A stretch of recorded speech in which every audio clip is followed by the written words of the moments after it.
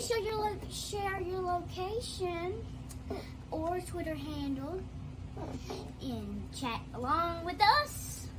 Any questions you have,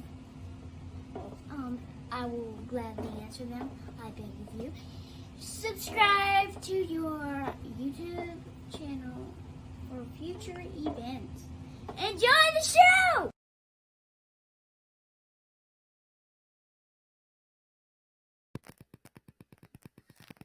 Hi, and thank you so much for coming tonight. We are so excited to have our special guest, Mr. Jon Gordon himself, who is so positive and kind of sets the stage for positive leadership.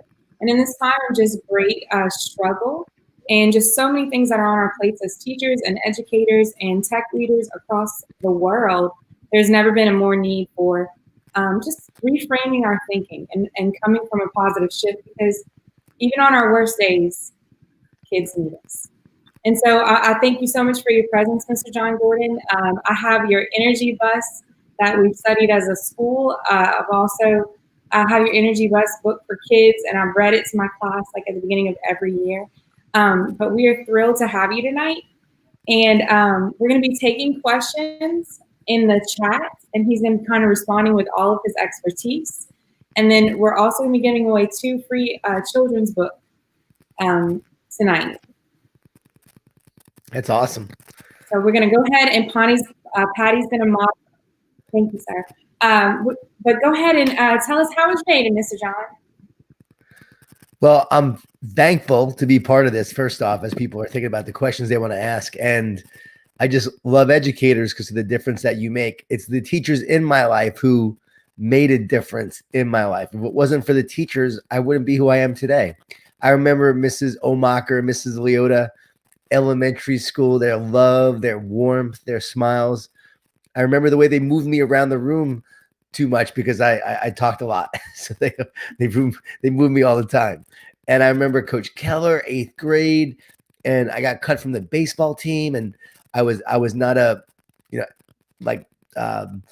tall kid at that point. I actually was never tall, and I didn't hit puberty yet. So I was a little chubby. And so I get cut from the team. I hadn't found my athletic ability at that point. And so I was like really, insecure and unconfident. And Coach Keller encouraged me to go out for track. And so I ran track, and I realized I was actually fast, and I lost weight. And it really gave me the confidence I needed during that time.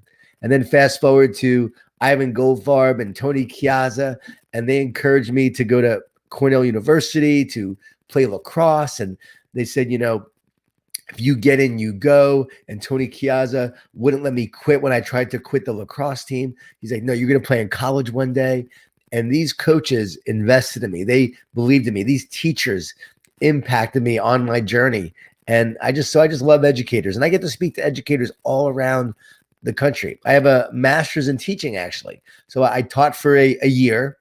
It was a long year, but I taught for a year. And it was during that year I got a chance to really learn the challenges that teachers face. By the way, you know what I did after I taught for that year? I opened up a bar. I got into the bar business. So that will tell you something. But it was after that year of learning from teachers and what they had to go through would prepare me years later when I would write the energy bus, and all these educators and principals started bringing me into their school districts to speak. And because I had that master's in teaching, because I had that experience, I was able to understand the challenges that teachers face, and I was able to speak to those challenges and also help encourage them. And so now I take the leadership principles I work with many companies and sports teams and leaders on. I take these principles of leadership, these tips on positivity, and also on teamwork, and really meld them together to build positive leaders in schools, to build positive teams in schools so that staffs work together, right? Collective teacher efficacy is essential for great schools and for student success. And so how do we get them to work together as a team? And then also creating a great culture and morale in that school where teachers love being there, love educating, love making a difference, and students are there to learn and grow and become positive leaders themselves. So what I love to do, and love to take your questions.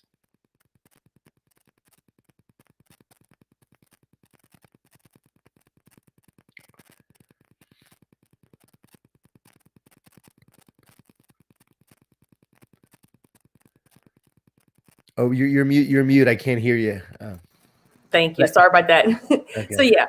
So Shannon has a question. She says that during this time when the educational climate is weighing on a lot of educators, what advice would you give to those who are struggling to see?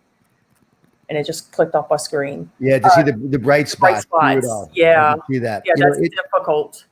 this is a difficult time right now. There's a lot of battling going on between should students be in school, should teachers be teaching in school. Online learning is really difficult. And let's face it, this is not an easy time. And I've been saying, if you're not okay, it's okay to not be okay. But we just don't want to stay there. We don't want to allow the situation to take us down a spiral staircase of despair and depression. What we want to do is make sure we can lift ourselves up each day so that we can lift others up. And you have to feed yourself with positivity each day. You got to feed yourself with purpose, because we don't get burned out because of what we do. You know, we get burned out because we forget why we do it. So it's really about remembering your purpose and why you teach and why you started teaching in the first place. Knowing that there's a lot of stuff we can't control, but what can we control? Our attitude, our mindset, how we approach our work every day. I was talking to a Navy SEAL in March, and he told me that his name was Chad Wright. He said a lot of people don't make it to be a Navy SEAL because they don't make it through Hell Week. And he said they don't make it through Hell Week because they're longing for it to be over. They're dreaming for it to end. He said the ones who make it are the ones who just want to make it to breakfast. And I think that's the key to getting through this time. Like, that's what I've done. Win today. Win the moment. Don't worry about the future. We can't control that, but we can control each and every day our attitude, our mindset, and how we show up to make a difference. So you have to identify what win today means to you. And for me, it meant making sure I was staying positive, not allowing all the negativity to get to me. I was making sure I was getting better every day. And then what was I doing to encourage others to make a difference? So I went back to my mission and my vision to encourage and inspire millions of people, one person at a time. So in March, I made a decision. I'm going to encourage people. I'm just going to do that during this time. So I reached out to schools and principals and business leaders and sports teams, and they reached out to me, and I heard from all these different organizations and companies. And next thing you know, since March, I've done over 150 Zooms and podcasts, right? Like maybe even more than that. And sometimes 3 a day.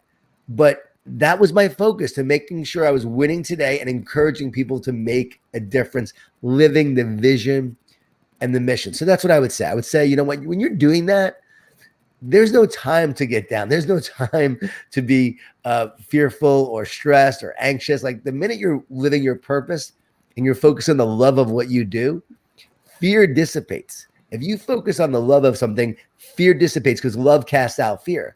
So the more you focus on the love of it, then the fear will go away. So I think that's the key during this time. And it's something that I have had to do myself through all the challenges and all the adversity. Yeah, absolutely. And the chat is blowing up with questions right now. So we have another one. Becky she would like to know, how would you define joy versus happiness?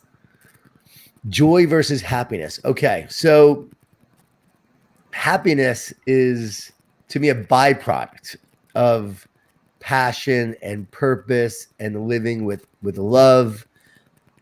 Happiness is not something you just find. Like, the more you try to seek happiness, the more elusive it is. You'll never find happiness by seeking it.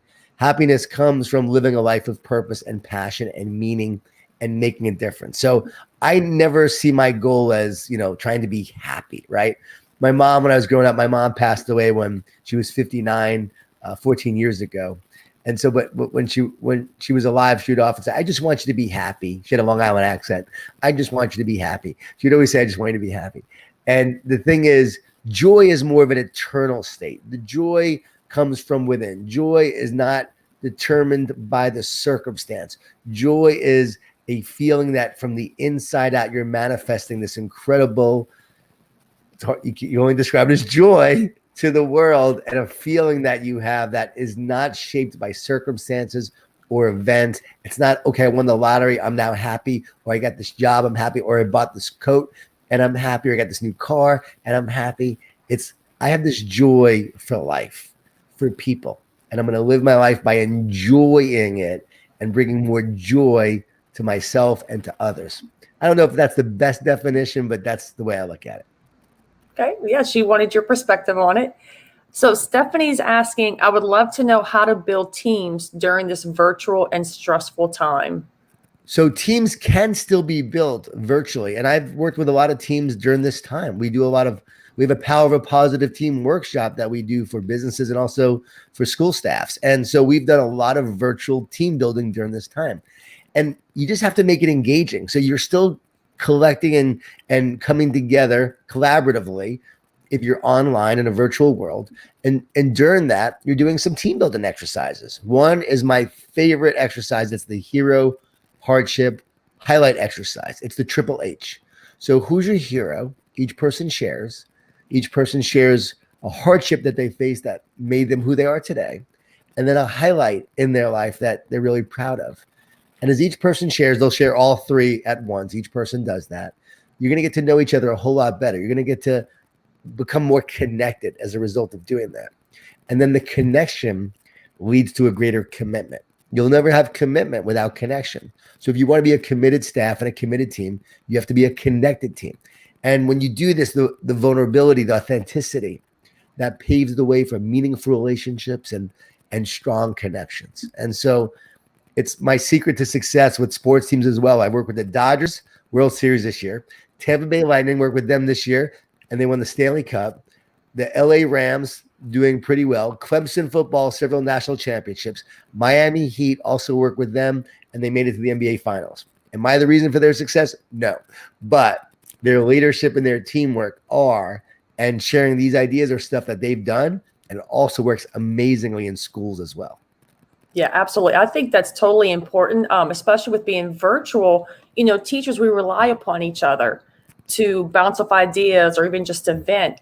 And with being virtual, you get that disconnected feeling because you just see each other through a screen. You can't be next to each other like we're so used to. So definitely. Right. But if you're in that, that Zoom gallery and there's a bunch of, like I did a session today with a bunch of leaders of a company.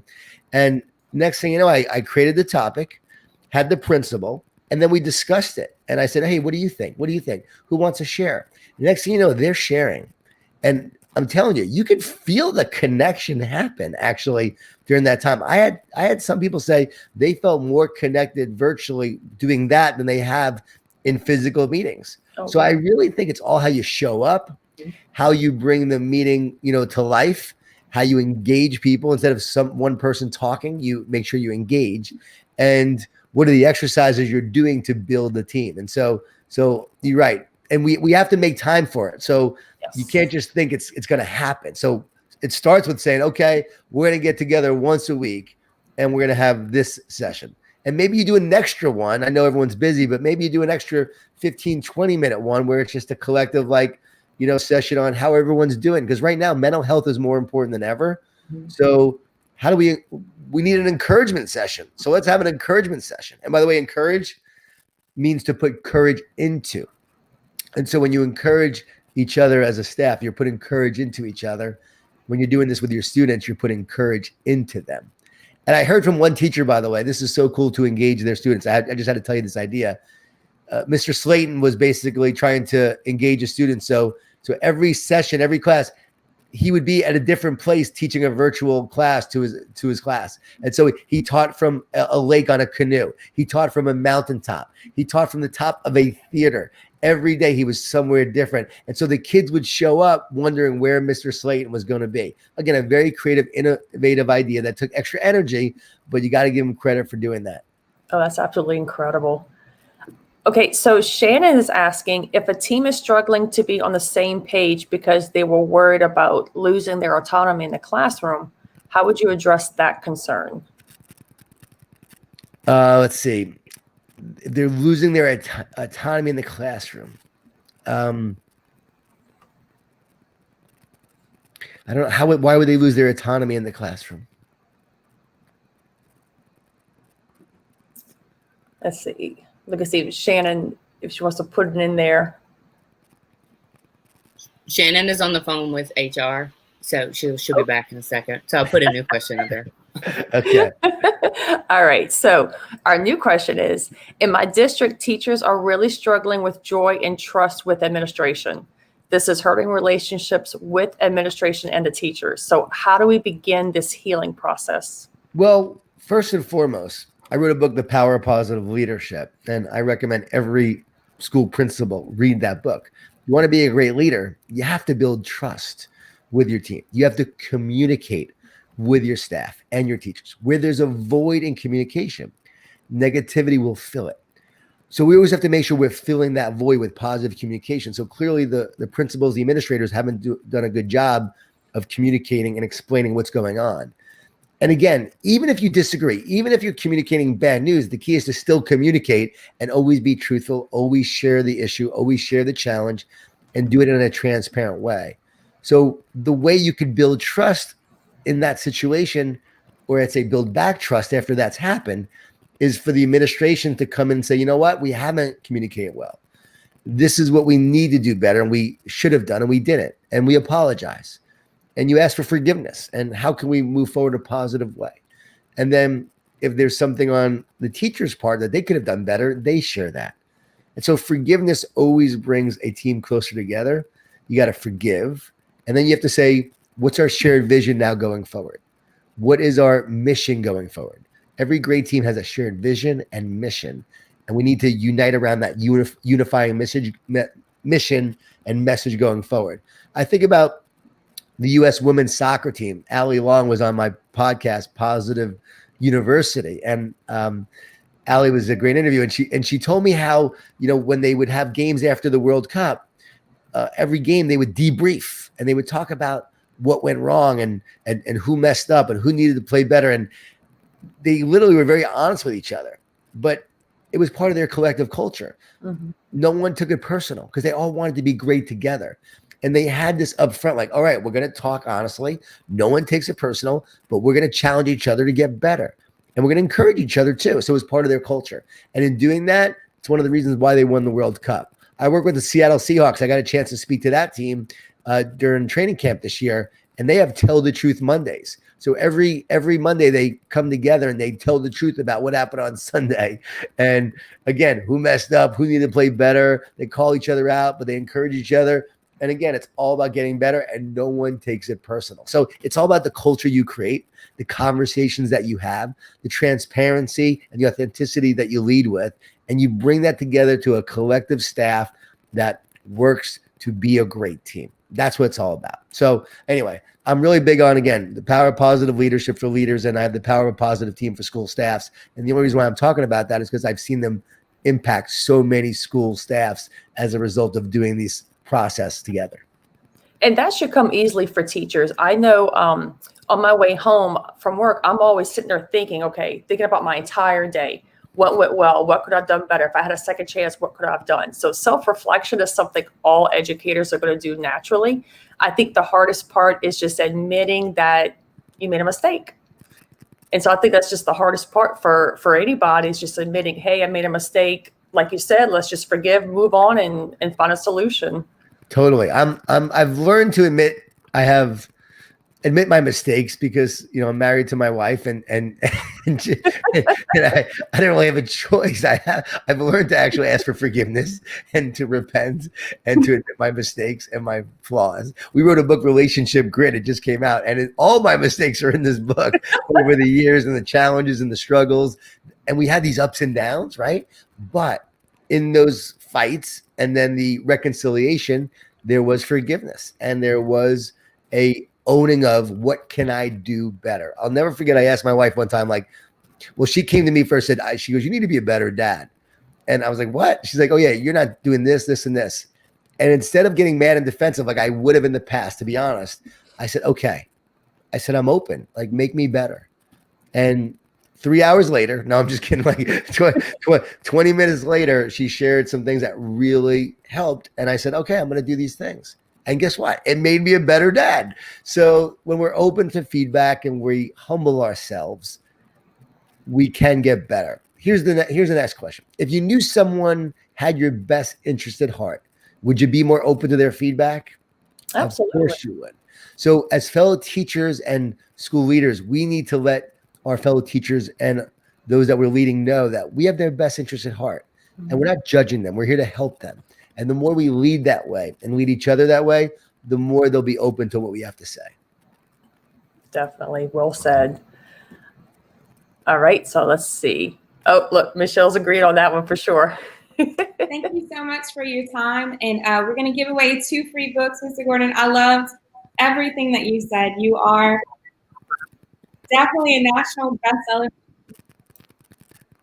Thanks, Michelle. You all are awesome.